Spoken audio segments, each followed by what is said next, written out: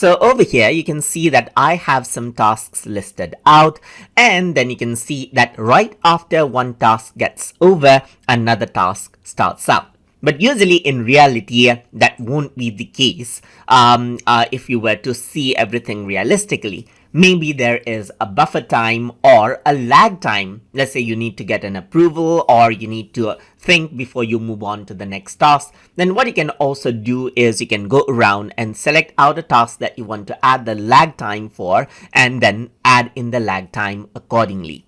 So for example, I'm going to go around over here onto the script writing section right here, and I'm going to go around onto view and then enable out the details right here.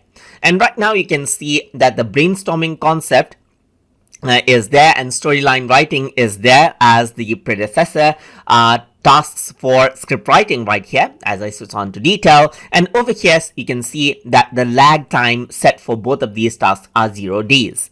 But let's say for the brainstorming concept, I need at least 2 days prior lag time, and for storyboard writing, I need, let's say, 1 day lag time right there. Once I do that, you can see that it pushes the brainstorming concept to 2 days and then storyline writing to 1 day right here. So let's say for the brainstorming concept, I need around 7 days lag time right here, and you can see that it pushes this forward 7 days right here. Whereas for the storyboard writing, it says it's a 1 day lag time, but it adds up everything in total and shows the arrow over here.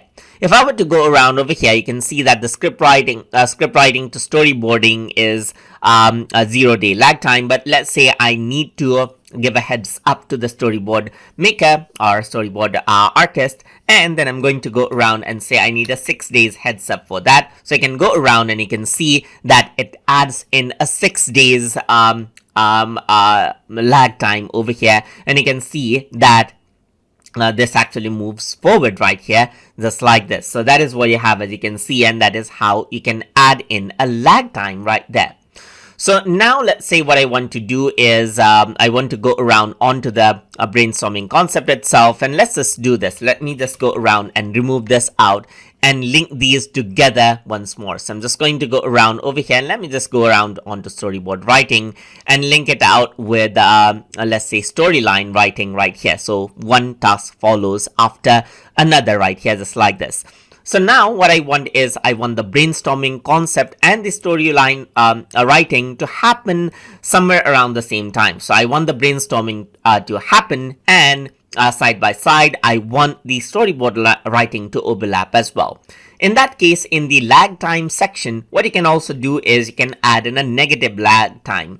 So let's say the brainstorming concept is 10 days. So what I'm going to do around over here is I'm going to add in a -8, add in a -8 right here and press enter right here. And you can see that now there's the start and there's this overlapping lag time right here in negative value, as you can see. Let me just go around, add in -6, and you can see similar thing happens, denoting that this process starts after brainstorming concept, but it happens simultaneously right around this section as well. And then it continues out over here, as you can see. And that is how you can go around and add in lag time in Microsoft Project. So I hope you guys learned something as always. And as always, please like, comment, share, and subscribe.